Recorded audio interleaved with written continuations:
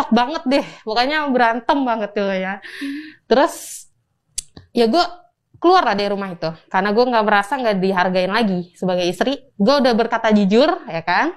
Gue nggak dihargain sebagai istri. Pokoknya itu udah parah banget itu, sampai fisik, ya kan?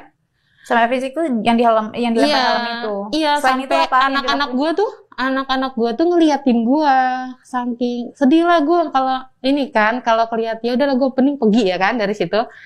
Ya udahlah gue pergi nih, tinggal lah sama tante gue.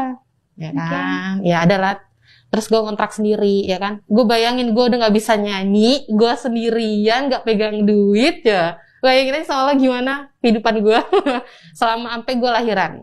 Ya semenjak itu. Berarti kondisinya saat itu lo lagi hamil? Iya, karena kan gue ngomong gue lagi hamil. Nah dari situ dia nggak percaya kalau itu anak dia gitu, karena omongan dari mertua gue juga sih gitu loh. Ya udah deh, gue cerita nih sama inisialnya B lah, si B ini. Gitaris ini B? Iya, si B ini. Gue cerita, curhat. Itu kan karena memang dia dulunya pernah suka sama gue. Terus dia juga masih belum nikah, ya kan. Dia yang selalu nolong gue. Pokoknya gue ini semenjak corona kan laki gue nggak cari nafkah gitu kan, jadi gue sendiri kan. Jadi semenjak itu ya dialah yang ngebantu gitu kan. Pas semenjak gue ketahuan hamil, jadi dia yang nolongin gue, kayak bayar kontrakan lah, gue makan gitu kan. Sampai gue memenuhi hasrat gue lah, gue ML sama dia gitu. Berapa kali, tapi nggak banyak sih, cuman kan posisinya gue juga hamil ya kan. Pokoknya kita berdua nih pakai perasaan gitu loh. Pada akhirnya. Tapi maksudnya jauh, sorry gue agak flashback, maksudnya jauh sebelum lo hamil, lo pernah nggak main sama si gitaris ini yang sama sekali tidak? Enggak. Dan itu lo jelasin sama suami lo? Iya, dia juga tahu kalau kita tuh temenan udah lama banget. Udah berapa tahun itu? 9 tahun, 8 tahun lebih, karena gue nggak lulus SMA tuh tahun 2012 itu kan. Karena gue broken home. Ya itulah. Ya sama dia lah. Jadi dia tuh teman dekat gue. Dia tahu padahal dia teman dekat gue gitu loh. Tapi kenapa masih dituduh selingkuh? Ya gitulah. Namanya suami. Apalagi gue nyari duit sendiri ya kan. Jadi dia kayak bahasa omongan sana, omongan sini. Nah, masih tinggal sama mertua lagi ya. Dengar omongan dari orang. Akhirnya panas sendiri gitu. Iya, kesel sendiri ya kan. Iya. Kebakar lah tuh sama omongan orang-orang. Benar. Ya gitulah jadinya. Gue ML lah ceritanya sama dia saat lo hamil. Saat gue hamil. Tapi itu bener free utuh. Itu bukan anak dia gitu lah. Gue tahu karena gue yang ngalamin nih. Gue halangan aja gue tahu ya kan berapa kali gitu kan. Gue ngitung gitu kan. Ya semenjak di kontrakan itulah pokoknya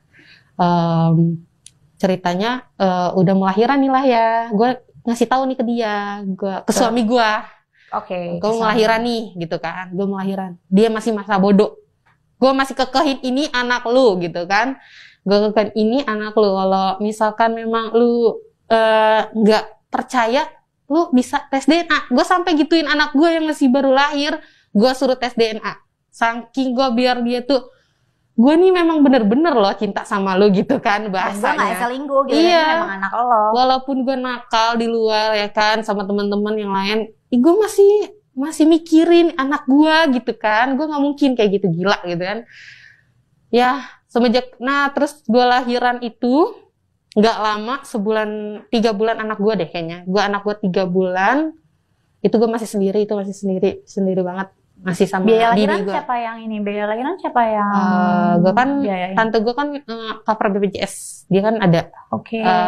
Masih BPJS lah ya, masih nggak terlalu banyak gitu kan, paling swab doang gitu kan. Itu juga bukan gue yang bayarin. Nah yang si B ini gitu. Si B ini yang tanggung jawab semuanya, lahir lo, kontrakan lo, kehidupan lo selama ini. Gue makan juga tuh sama dia semua. Pokoknya dia yang selalu ada gitu maksudnya. Sama gue dia yang selalu ada gitu. Makanya gue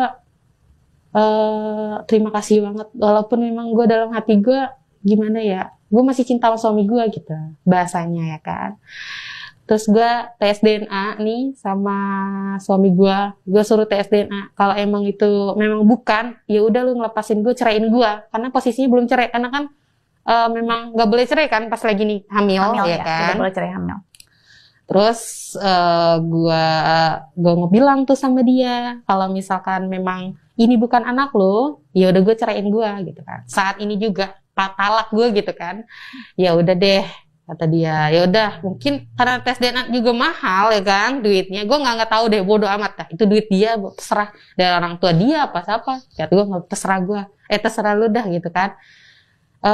Pas 3 bulan itu dia di tes DNA tuh sama dia, sama nggak tahu mertua gue, orang tua dia.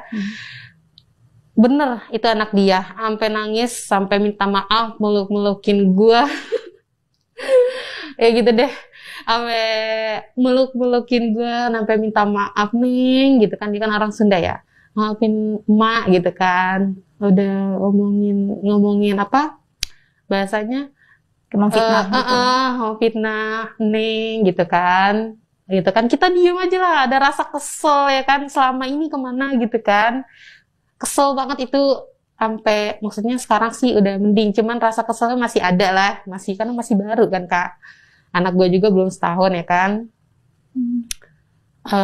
Mungkin dari situ suami gue ada ngerasa masa bersalah lah bahasanya ya, dia minta maaf, pokoknya gue nggak mau, pokoknya kan gue broken home, gue nggak mau anak gue terjadi gitu kan kayak gue. Merasakan hal yang sama ya.